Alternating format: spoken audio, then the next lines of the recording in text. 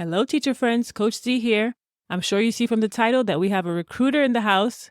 In today's episode, I interview Sarah Janosz, who I personally worked with when I was leaving the classroom. She's been a recruiter for almost 3 years, and she has some gems to drop for you. We're talking about resumes, interviews, and best practices for working with recruiters. I am so excited to get into it. Let's go. Welcome to the UX Teacher Prep Podcast, the ultimate destination for educators who aspire to break into the field of user experience and product design. Your host, Z Arnold, a 15-year teacher turned UX researcher, is here to guide, coach, and mentor you through every twist and turn as you make your career transition into tech. If you're ready for a more satisfying career and lifestyle, and you want the balance to unleash your creativity, this podcast is for you. Now for the show.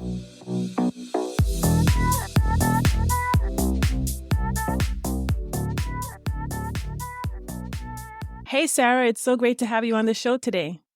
Yeah, I'm very happy to be here. Thanks for having me. Yes. So, I'm super excited to learn about how transitioning teachers can work with recruiters, and just to have a recruiter on the show is amazing. So I'm excited to talk to you today. So can you start by telling everyone a bit about who you are? Yeah, my name is Sarah Janosz. I've been in recruiting for about 3 years, been at Cella. My Cella anniversary is actually coming up in July. And this is my first staffing agency job pretty much ever, and the first time me working in a creative. So I've definitely been learning a lot over the past couple of years, been helping talent find creative jobs all over the place when it comes from social media content creators to program directors at pharma companies. So I've seen a lot, and, I've definitely talked to a ton of different people. And what I definitely love most about working in the creative space is everyone that I talk to is usually very passionate about what they do, very fun and very creative, very easy to talk to. So yeah, that's basically kind of my background in recruiting.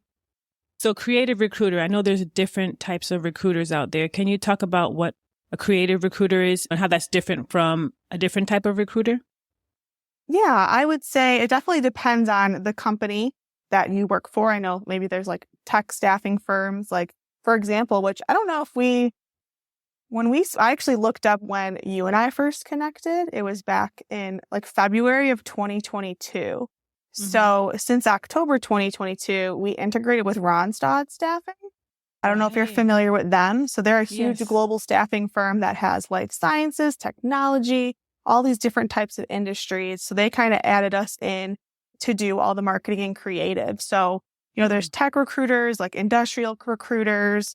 I mean, I'm sure there's in-house recruiters. So for example, for teachers, I'm sure there are HR reps, HR admins that do recruiting for schools. So all different types of recruiters. Yeah. HR reps. I know they have talent specialists depending on the company. Yeah. So, and then the other thing I wanted to ask was, how is a recruiter different from a sourcer? Because there's so many different levels of you trying to interview with a company and meeting with different people before you actually get to a hiring manager. So what is the sourcer? That is a great question. I'm glad you brought that up because that's kind of how I technically started. At Cella, I started as a sourcer. And what they are, how I explain it to people, the easiest way is they are kind of the reverse of a recruiter, where as a recruiter, I get a job assigned to me, and my job is to find that specific talent for that job. But sourcers, they get the talent and help them find that job that they're looking for. So as a sourcer, to get to know the talent, see what industries they're interested in, what their career goals are, and go into our company system or look at the clientele and what type of jobs we have open and see if they can match with any of the jobs that we currently have. Oh, okay. That's interesting. Oh, okay. So you started off as a sourcer and then you went into recruiting. Yes. So what was the thing that inspired you to go into recruiting in the first place? That's a good question. What's kind of funny is Cella, they found me, I was deep into the job hunt 3 years ago. No idea what I really wanted to do. I just knew I wanted the place I was in. And they found me, and I did a ton of interviews. I asked a bunch of questions. I'm hey, I have no creative experience. And luckily they took a chance on me. But recruiting for me started technically when I was a graduate assistant for a college in Davenport, Iowa, where I was a grad assistant for the cross country and track team. And a lot of that is actually recruiting. So I was picking up the phones at night, texting all these high schoolers of potential students and potential athletes to see if they wanted to come join our team and be a student at our school. So that's how I kind of learned how to do active listening. Like, can this person be a good asset to a team? Is this school a good asset or a good place for them to go? Does it check all their boxes? So that was kind of something I didn't really expect, because the reason I did the graduate assistant role is because I wanted to get into coaching. But then I ended up loving it for other reasons, and now I ended up here. So it's been pretty crazy. Okay, so let's get into what I think a lot of teachers want to hear about, and that is the whole application and interview process from a recruiter standpoint. I've had a couple jobs that kind of translate into creative, especially for a teacher. I feel like as a teacher, you have to be creative. I don't know how teachers keep all these little humans engaged for so long. I can't do it. So I feel like there's definitely tools and things that teachers can put on resumes to make them stand out for creative jobs. But it's definitely, I would say, start small, build that resume and try to get the experience, whether it be like maybe freelancing as a PowerPoint designer.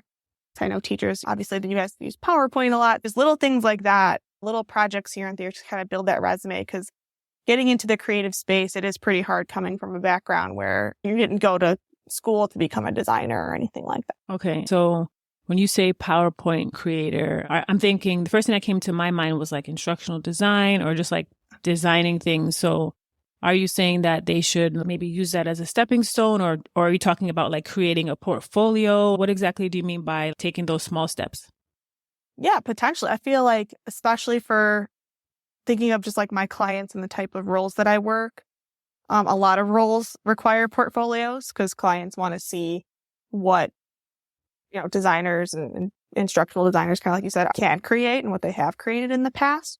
See how they use the specific tools and things. And I know you being with UX background, it's all about showing the process and everything too. So that always definitely helps with those types of roles. Mm-hmm. So what would you say to teachers who are trying to position themselves to get recruiters to help them find a role? Because I've worked with Cella before in the past, right? And I think Cella is a great organization. I've also worked with Randstad as well. And when I was transitioning from teaching, I didn't really know the difference between just connecting with a hiring manager versus a recruiter, and the whole like who's who and what should I be saying to each person and how does each person contribute to the process. So what I want to know is, how can teachers better position themselves to work with a recruiter? I would say be honest with your experience and find ways in your examples when you're like doing initial interviews on how you have a strong work ethic and how you can bring those tools that are technically transferable into a creative type role from teaching to the recruiter or the hiring manager, whoever you're talking to. Okay, so the transferable skills. And when you say be honest, so I'm thinking a couple of things came to my mind. I was thinking, I've heard like when teachers work on their resume, maybe they use some language that's more of corporate language as opposed to classroom language. And then is that what you're talking about when you're saying be honest? Or is there something else that is coming up as like teachers potentially not giving the full story? What is it that you're saying when you're saying to be honest with recruiters? Are you saying be honest about your timeline? Like, what is it specifically, if there's anything? Oh man, I feel like it's not like specific. It's just overall. Like I am, like especially just not even teachers, just all types of anyone who wants to work with recruiters, like being honest and open with what you're looking for, what you're open to, what your experience has been. That only helps us in the recruiting process.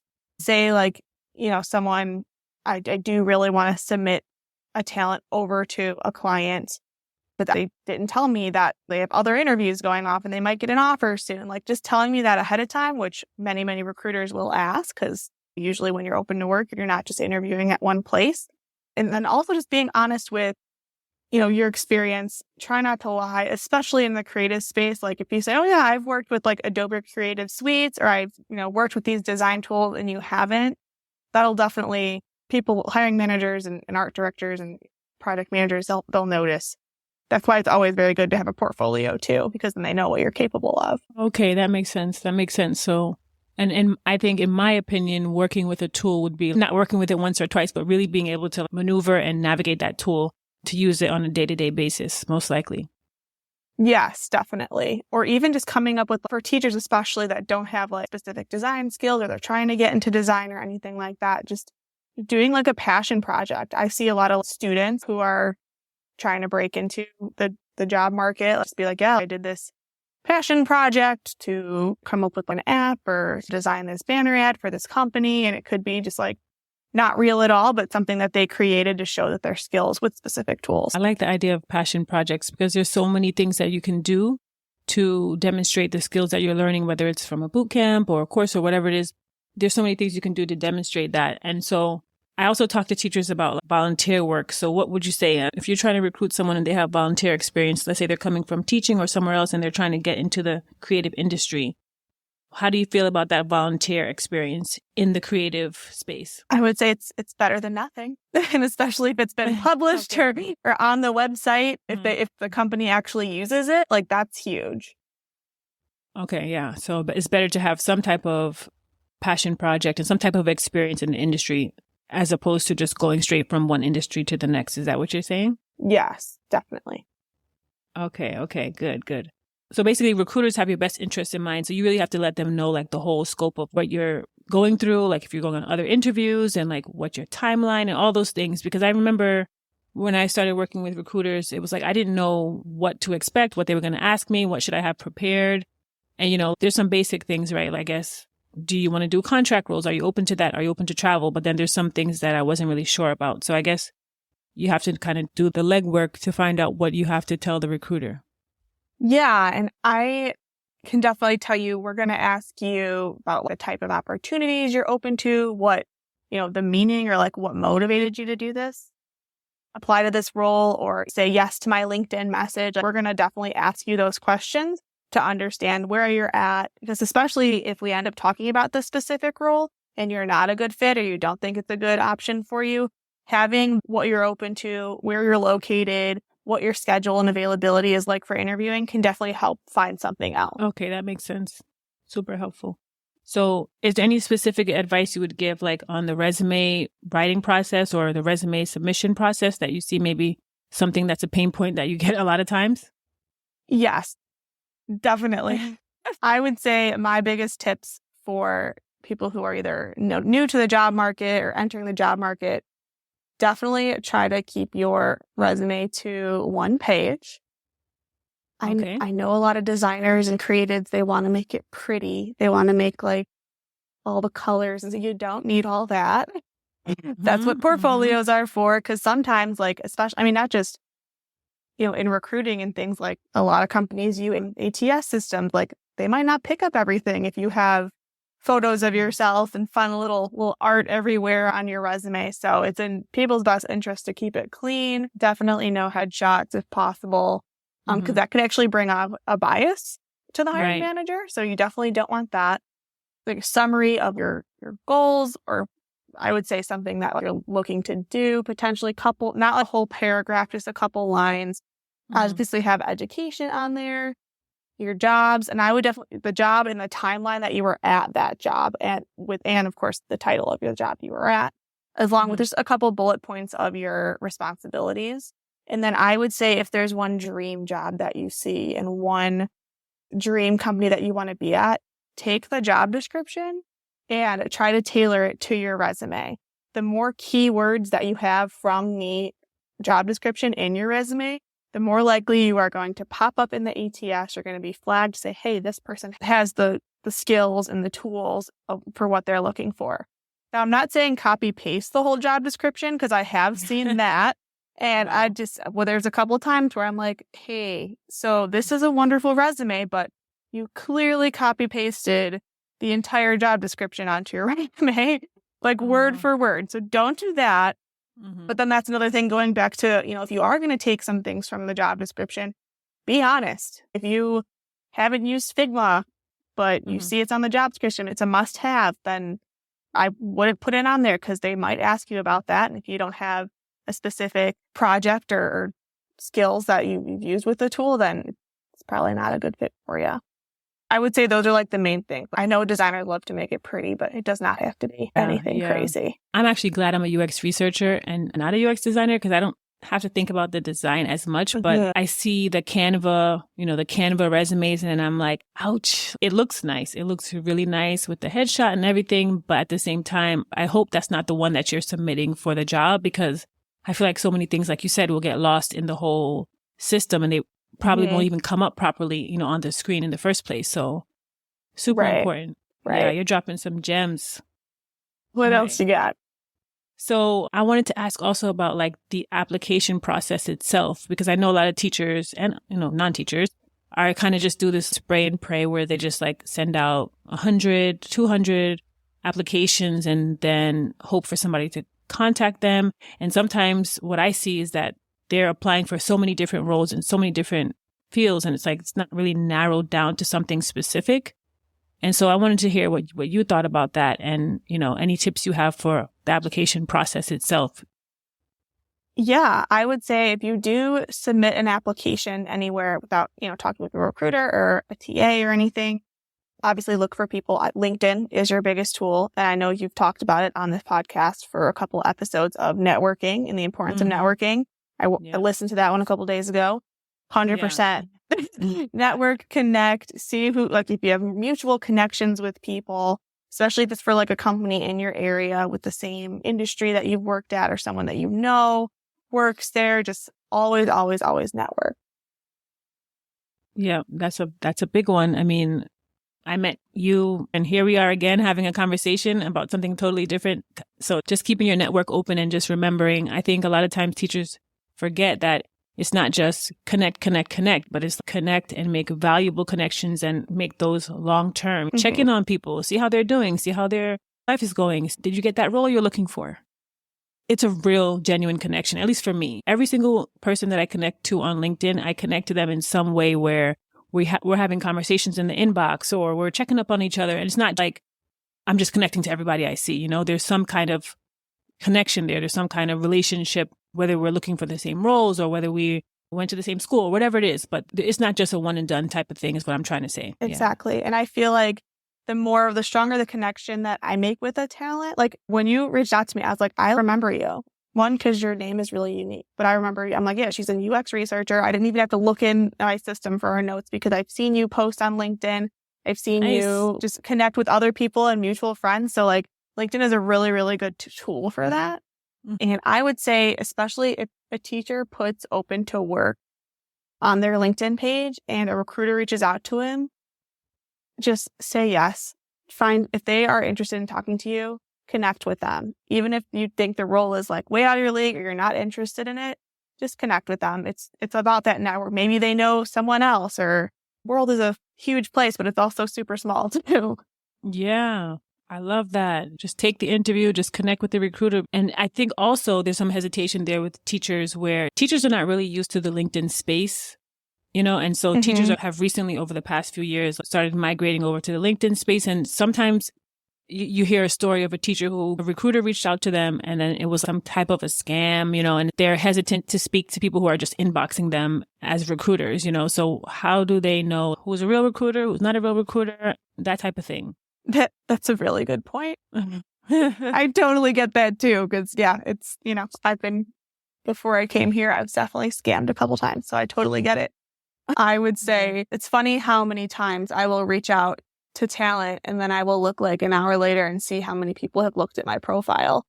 So that's why in my profile, for my LinkedIn profile, I try to seem as humanistic as possible. I'll talk about my love for fitness, my love for Disney, like I'm not a robot, even though our Google Disney fans could be a little crazy. But definitely look into the company too. Definitely. I feel like there's always recommendations and things.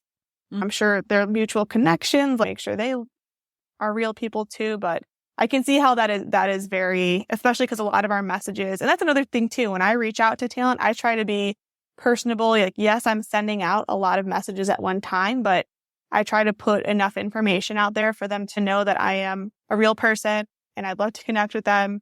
I'm not just a robot being like, hey, I have this role. Can we talk about it? Kind of thing. Yeah. because we don't want people to be out here getting scammed. But I know that you're a genuine recruiter because I've worked with you in the past, and I know that you have people's best interests in mind. But it's good to know that teachers can reach out to recruiters. They can respond and they can have these meetings and interviews based on getting connected to a recruiter. I feel really good about that. And I would say for teachers who are trying to get out, be open to the type of role that you want. I mean, I can say just being here, a lot of people who I work with used to be teachers are now sourcers, or like they would start at Cella. My sourcer on my team right now, she was a teacher before coming to Cella. So just as a teacher overall, like just be open to new opportunities. And sometimes you do have to go down a peg to get back to, go back up kind of thing, especially if you're trying to revert from teaching. That's another and like same thing with me. Like I didn't really want to know where I wanted to go before I found Cella, but I was open to any and all conversations with people that were interested in chatting with me. It's all about being open to any conversation, because had I not started like looking into different roles and just being the, I guess, researcher that I am and looking up things online, I wouldn't have even known that UX existed, Yeah. And so just being open, there might be something out there right now that a teacher's listening to this and they don't even know that career exists, right? And so just being open to like, you can do so many other things, and, somebody wants to talk to you about a role, check it out and see what it's all about. I like that. Yeah. I would say, especially someone, I sympathize with a lot of teachers right now. Like I get it. Yeah. I really do. It's they're very, very important to society, but I know it's a lot, and on mental health, and I totally get it. Yeah, it's tough. It's tough right now. And I know that you're big on health and fitness and mental health and all that, just like myself. So I just wanted to ask you a little bit about that, like in terms of how, your health has affected you in your career transition. I know you said you were on the market like 3 years ago and you were stressed and stuff like that. So how did that affect your transition? It's hard for me to say, because I feel like it definitely was a struggle with me interviewing. I can kind of recall when the manager from Cella reached out to me and she was like, let me know when you can connect. And I was like, well, I'm only available before work or during my 40-minute lunch break or after work. Like, I am not that available. I was like, would look back at the messages. I'm like, oh my God, I was so mean. I was like, I felt really bad. Mm-hmm. But yeah, we ended up connecting, and I talked to a few other people. But what was funny about that whole scenario with me interviewing, Cella was not my first choice. Actually, I had two potential offers coming in and ended up not getting the other one. So I was like, you know what? After learning about the company and talking to a lot of people, I definitely was like, you know what? Let's just try it. And I'm very, very grateful that I did. But with the mental health and going back to interviewing, I do know how stressful it is. Say yes to interviews. You never know who you're going to talk to. You're never going to know if that role doesn't work out that you speak with the recruiter about, something else might pop up and you might pop into their head. You just never know. And that always just kind of be yourself. I know sometimes when you are mentally down and is low energy and just not feeling it, be yourself and just pretend you're selling yourself as best as you possibly can. Yeah. The whole idea of networking and just being connected to people, because you never know what can happen in the future. It's not just about now. I've heard so many stories about people getting calls from someone they spoke to months ago, even years ago, of like, hey, I remember you for a role that came up. So that's super important. And just to end off our conversation today, I know you gave a lot of tips and tricks for teachers who are looking to work with recruiters and transitioning. But I do love asking this question at the end, just a final question. Like if you could send a message to teachers who are looking for creative roles in UX and product, what would that message be? I would say take all of the training and classes, look up all the YouTube videos on how to do the UX process, especially create that portfolio, do those passion projects, volunteer when you can. I know a lot of churches and nonprofits love volunteers to, maybe upgrade a website or fix something on an app. And don't be afraid to put your name out there. Those were some really good tips. It was so great to have you on the show today and to get your insight about the recruitment process. And how can listeners reach out to you if they want to get connected to talk about roles or anything else? Yeah, definitely look at my LinkedIn. Invite me to connect. I love to connect with people and talk with people. Okay, so I'll drop that info in the show notes. All right, Sarah, it was so great to have you on the show today, and we will definitely talk soon. Awesome. Thank you so much for having me. Hey, thanks so much for tuning in. If you like this podcast, hit follow and scroll down to leave a 5-star rating. Then share it with a friend. If you're looking for resources to help you on your tech transition journey, head over to uxteacherprep.com. Follow us on LinkedIn and Instagram at uxteacherprep for daily tips and motivation. Have a topic you'd like to hear addressed on the show? Send us a DM on Instagram. If you're listening on YouTube, like, subscribe, and share. Until next time, be well.